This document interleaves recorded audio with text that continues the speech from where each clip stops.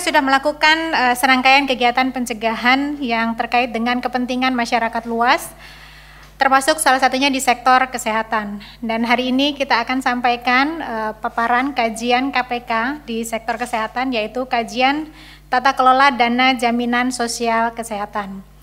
Kajian ini dilakukan KPK pada 2019 kemarin. Jadi kajian ini merupakan salah satu kajian yang KPK lakukan di sektor kesehatan sejak tahun 2013.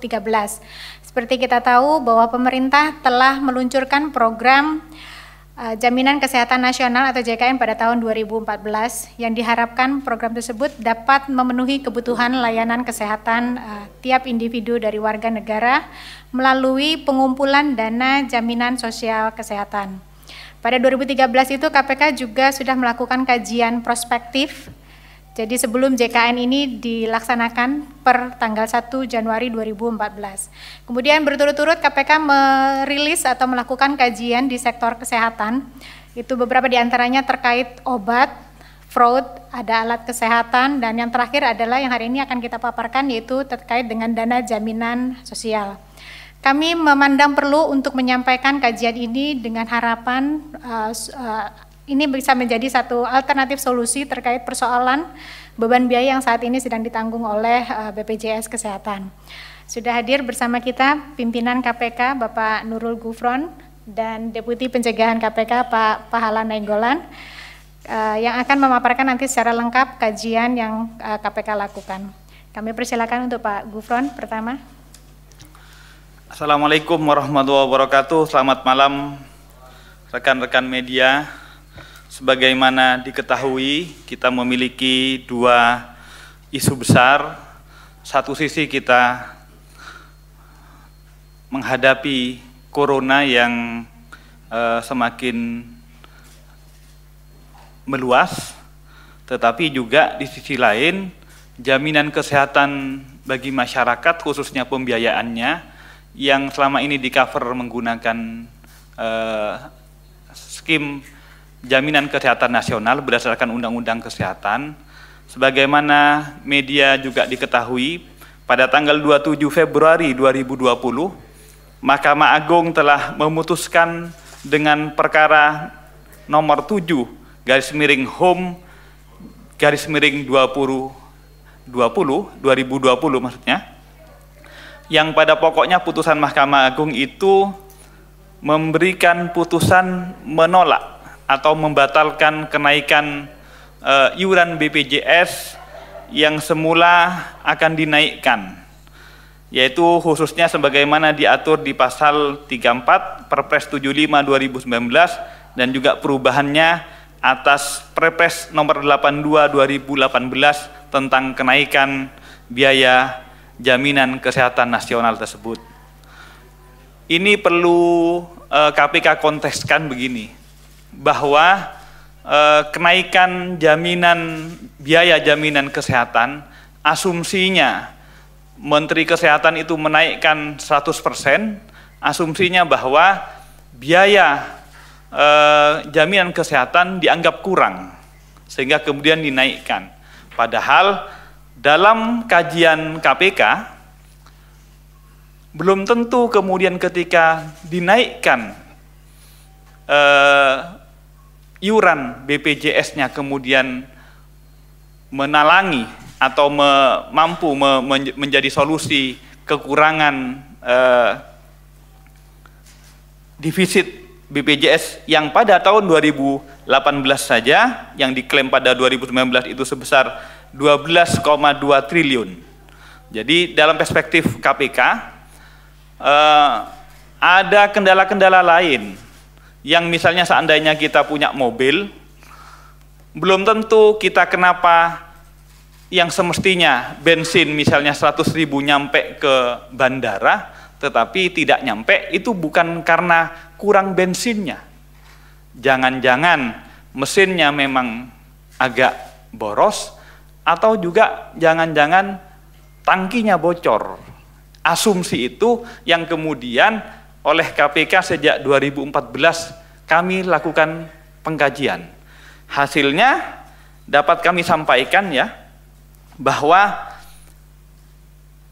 kekurangan itu tidak mungkin kemudian atau tidak akan selesai, misalnya kita kurang dana kemudian diberi dana kemudian akan selesai masalahnya, karena pengelolaan sistem jaminan kesehatan kita masih memiliki beberapa hal-hal yang sekiranya masih inefisien.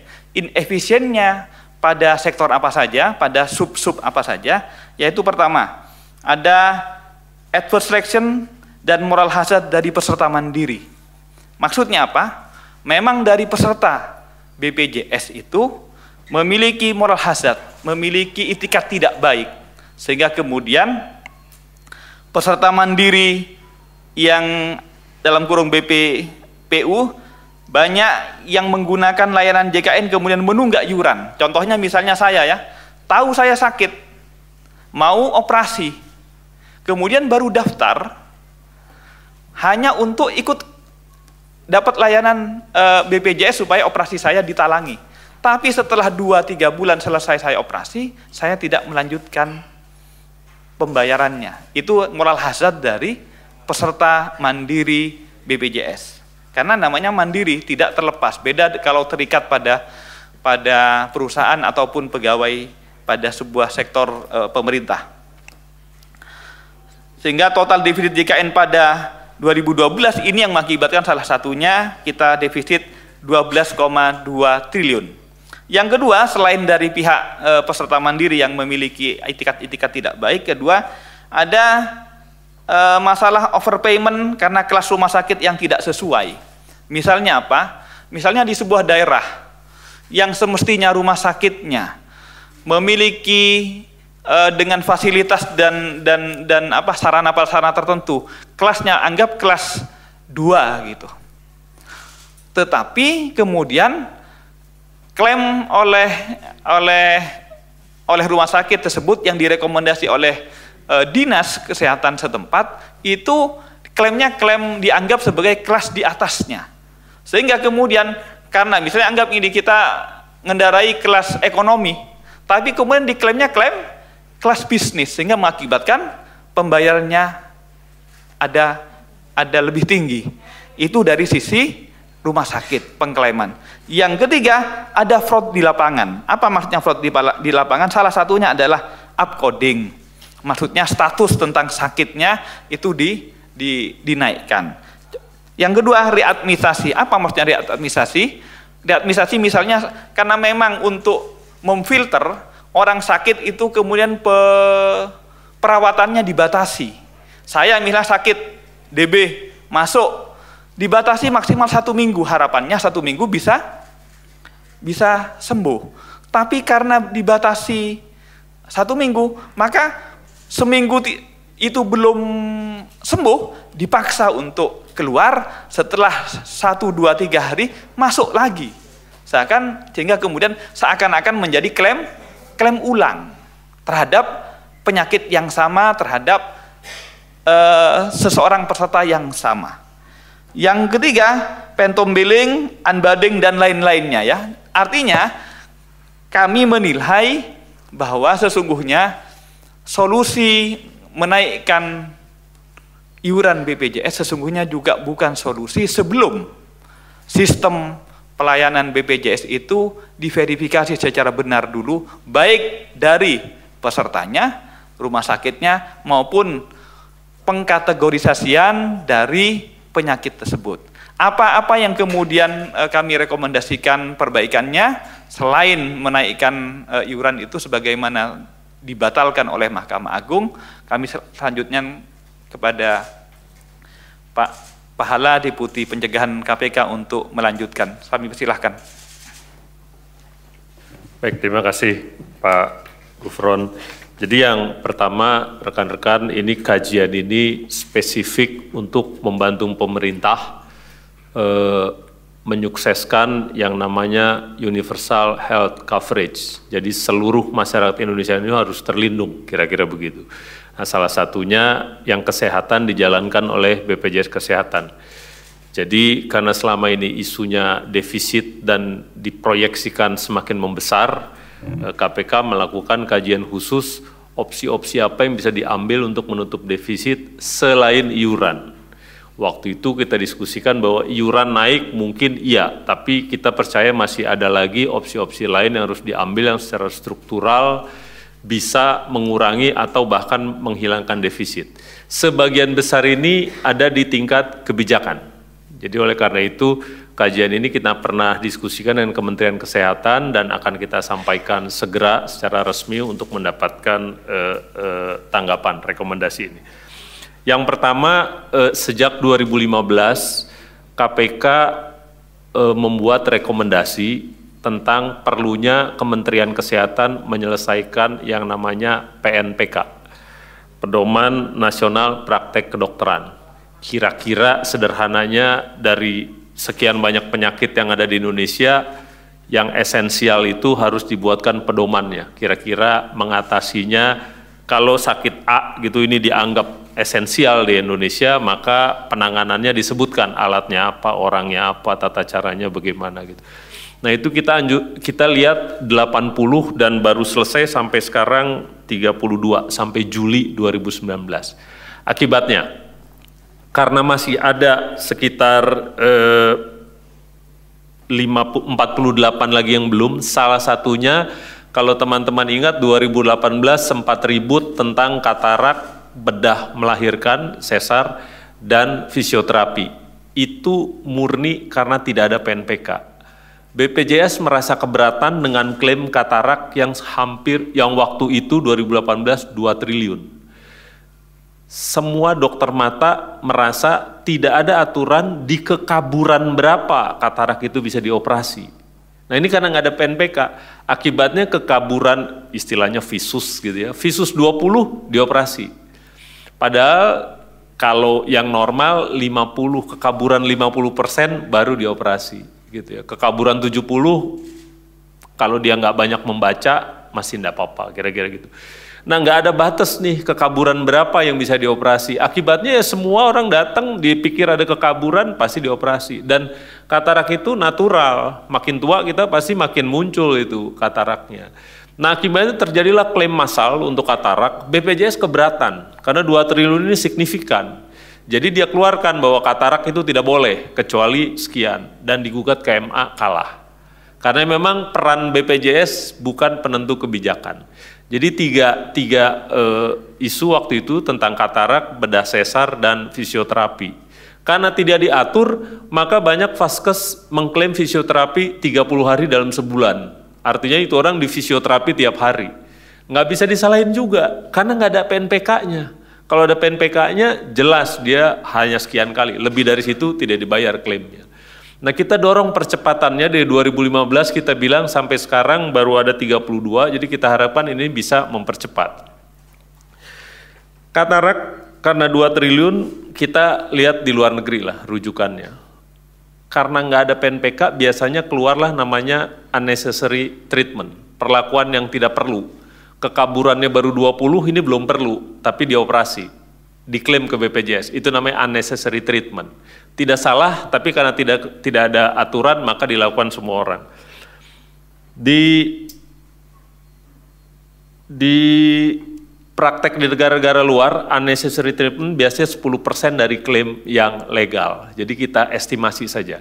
Kalau katarak benar diatur, mungkin bisa 200 miliar lebih sedikit klaimnya. Kalau sesar diatur, mungkin bisa lebih banyak lagi klaim yang berkurang. Kalau fisioterapi diatur, pasti bisa lebih kurang lagi.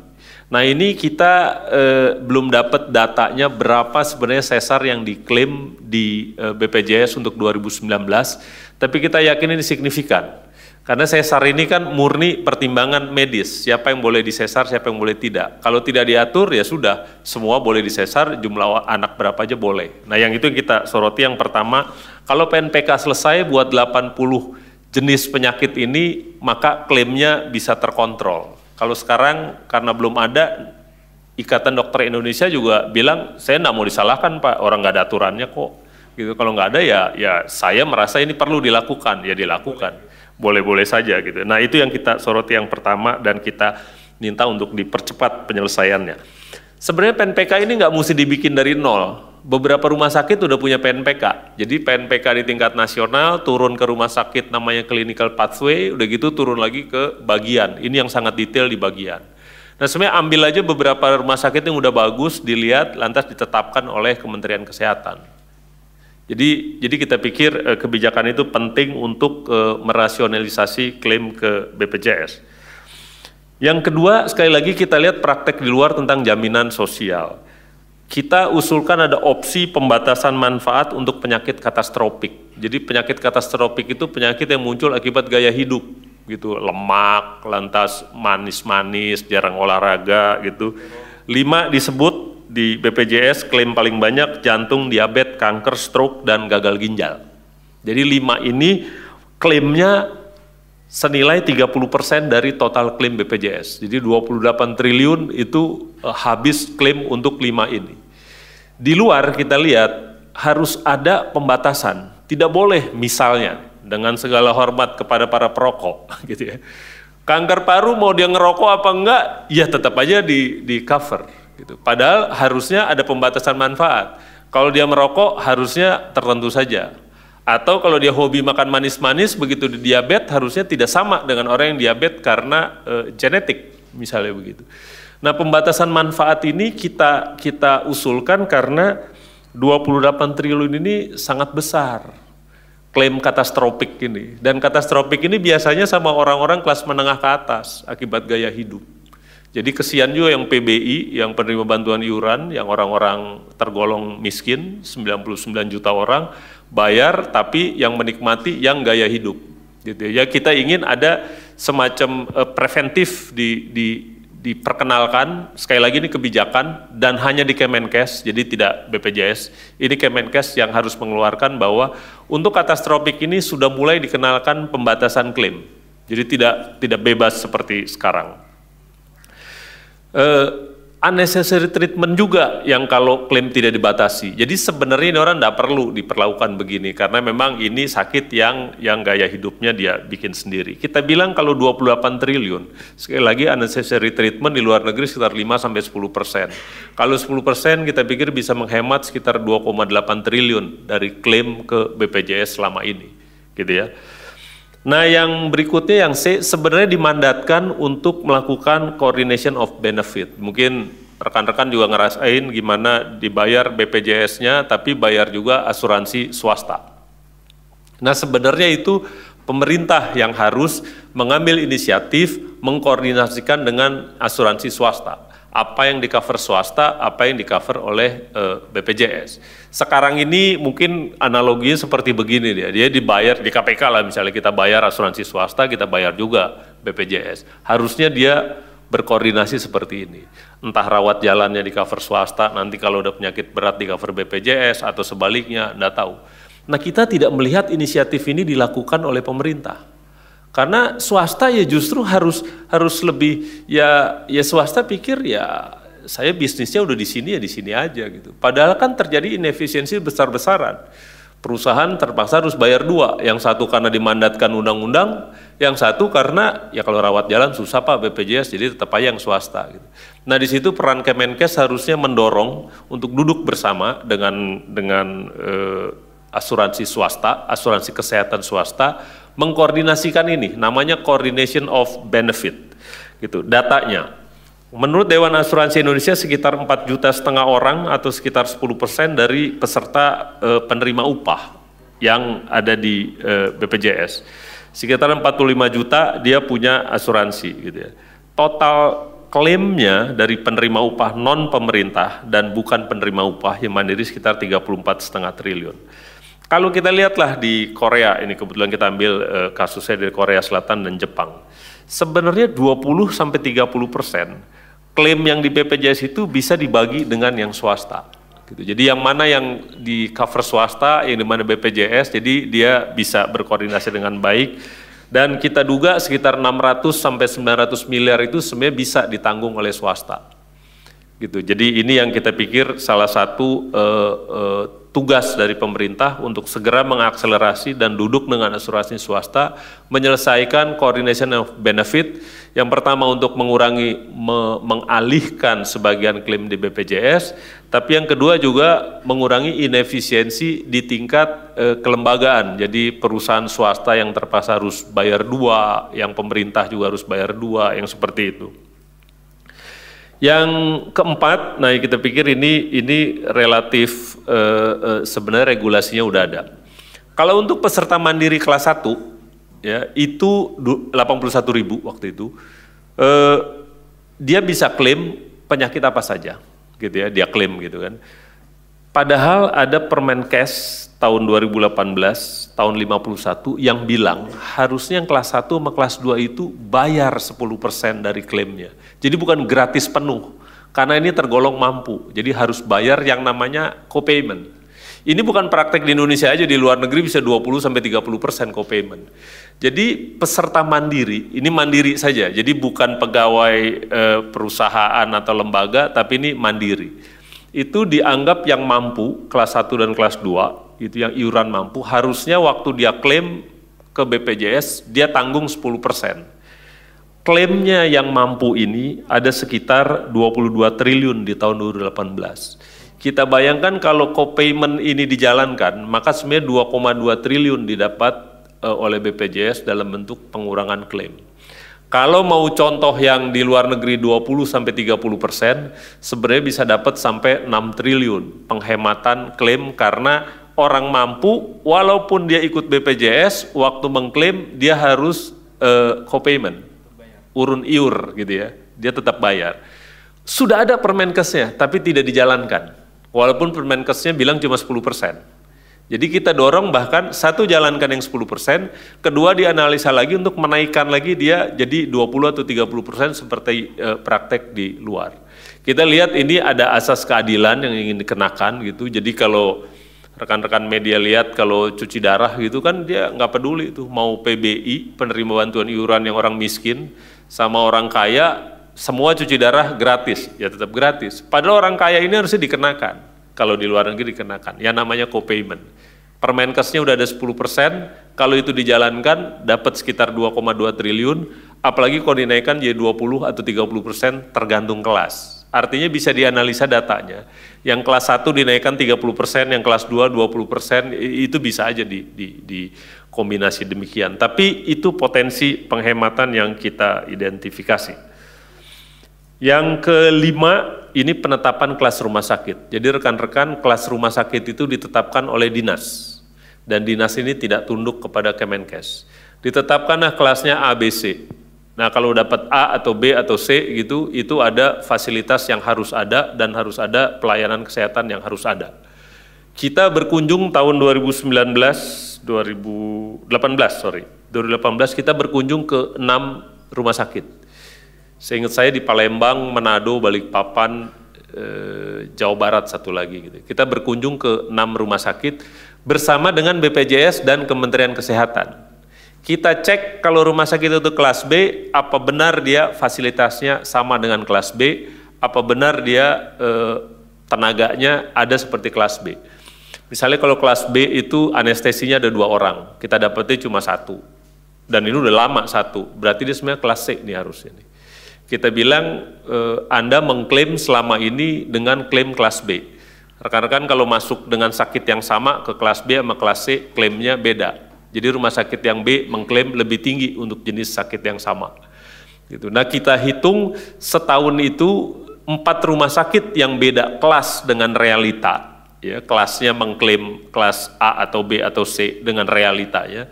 Itu dapat sekitar 33 miliar overpayment. Jadi dia mengklaim di kelas yang sarana maupun orangnya sebenarnya tidak di kelas itu. Nah tindak lanjutnya sebenarnya waktu itu Menteri Kesehatan mengeluarkan surat dari 7.000 rumah sakit, direview langsung sama Kementerian Kesehatan, didapatkan 889 rumah sakit tidak sesuai dengan kelasnya. Jadi rekan-rekan bisa membayangkan bahwa 898 rumah sakit ini mengklaim lebih tinggi dari yang seharusnya. Tapi penetapan kelas ini kan ditentukan oleh dinas. Dengan otonomi daerah tidak bisa Kementerian Kesehatan mengkoreksi. Oleh karena itu surat Menteri Kesehatan waktu itu bilang, tolong yang 898 yang kita temui dari hasil review tidak sama kelasnya, sekarang Anda konfirmasi. Pilihannya cuma 2, lengkapi sarana dan prasarana sehingga persis di kelasnya, atau Anda turun kelas. Tapi BPJS tidak bisa lagi menerima Anda klaim seperti itu. Nah, kita dorong Kementerian Kesehatan untuk menindaklanjuti ini. Dari 898 ini udah gimana sekarang nih? Gitu kan? Yang diturunin jadi berapa? Alasannya, oh itu yang nurunin dinas Pak. Ya tapi kan udah direview. Dan kalau dia overpayment gini yang rugi ya BPJS lah. Gitu ya. Nah, kita hitung kalau 898 rumah sakit ini katakanlah turun kelas semua, dan kalau 4 dari 6 rumah sakit yang kita temui tidak sesuai kelasnya itu overpaymentnya 33 miliar setahun, kita estimasi paling enggak efisiensi 6 triliun, 6,6 triliun itu bisa didapat dari kelas yang benar kalau semuanya diturunin. Katakanlah beberapa memperbaiki fasilitasnya, ya baiklah gitu. Tapi maksud dari kajian kita bahwa penetapan kelas rumah sakit ini tidak bisa lagi dimaafkan dengan, oh itu otonomi Pak, itu dinas yang buat. Nggak bisa, ini harus ditertibkan. Kalau dia kelas C, klaimnya kelas C, tapi fasilitasnya harus kelas C. Tenaga kesehatan yang tersedia juga harus apa yang distandarkan, disyaratkan oleh kelas C. Nah ini kita lihat yang sangat signifikan untuk, dan sudah ditindaklanjuti sebenarnya. Udah ada surat Menkes, tinggal meneruskan, ini surat Menteri yang lama ya Bu Nila ya. Tinggal meneruskan ini sekarang di enforce gitu ya. Nah yang terakhir kita dapati fraud masih juga terjadi gitu ya. Jadi seperti Pak Gufron bilang readmisi gitu ya, karena rumah sakit tidak fasilitas kesehatan tidak efisien dalam penanganan sehingga melebihi pagu atau inasi bijisnya. Untuk mengatasinya disuruh orangnya keluar, itu masuk lagi didaftarkan sebagai kasus baru, padahal orang sama penyakit sama gitu, karena tidak efisien, dan kita temukan di beberapa gitu. Lantas yang phantom billing udah lama kita temukan juga yang fiktif gitu ya, dan upcoding juga kita temukan. Nah sekarang apa yang harus dilakukan? Saya ingat 2018 sempat ada antara BPJS, Kementerian Kesehatan dan KPK kesepakatan bahwa untuk yang fraud, kalau ini udah jelas-jelas fraud, pertama kalau dia baru pertama minta klaimnya dipulangin gitu ya, kalau dia katakanlah fiktif minta dipulangin. Kalau berulang putuskan kerjasama secara perdata, kan dia ada kontrak kerjasama, putuskan. Kalau terus gitu bawa ke pidana. Nah itu tugas KPK dulu untuk membuat panduan kepada para jaksa di daerah bagaimana membawa pidana kasus-kasus yang begini. Jadi secara sistematik gitu dia mengklaim melakukan fraud ini sehingga udah nggak bisa lagi cuma administratif, nggak bisa lagi perdata, tapi harus pidana. Nah khusus untuk kesehatan memang kita harus hati-hati karena rumah sakitnya kadang-kadang cuma 1 di kabupaten. Kebayang kalau di rumah sakit melakukan fraud dan di level yang pidana gitu, itu udah susah. Perdata aja udah susah. Kalau diputusin kontraknya udah gitu orang berobat kemana lagi, rumah sakitnya cuma ini aja gitu, atau puskesmasnya cuma ini aja di puskesmas, di kecamatan gitu. Nah ini kita masih belum sampai ke implementasi di level mana kita bisa mengenakan ini gitu ya, karena sekali lagi ada keunikan dari sektor kesehatan ini, tapi tidak bisa juga didiemin begini nih. Readmisi terus ya dilakukan kan. Kita bilang sama BPJS verifikasinya lebih bener dong gitu ya. Lebih kuat verifikasinya, tapi paling hanya itu aja. Sistem verifikasi yang lebih baik. Udah dari 2015 kita bilang sistem verifikasi lebih baik. Tapi kan tetap aja namanya niat orang ya. Nah harusnya niat ini dihukum dengan administrasi, perdata maupun pidana. Hanya kita belum sampai di titik mana ini bisa efektif tanpa mengganggu pelayanan kesehatan. Gitu. Jadi itu wanti-wanti dari Kementerian Kesehatan sebenarnya jangan samakan dengan sektor-sektor biasa Pak kesehatan ini karena ada keunikannya.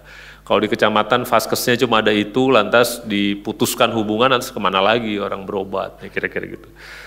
Nah rekan-rekan kalau kita kumpulkan semua angka yang disebutkan tadi gitu, yang fraud kita nggak bisa estimasi berapa gitu, kita proyeksikan sekitar 12,5 triliun itu bisa didapat bukan dalam bentuk tambahan uang, karena rekomendasi kita ini lebih banyak ke penurunan pengeluaran. Gitu. Jadi tambahan uang itu lewat kenaikan iuran.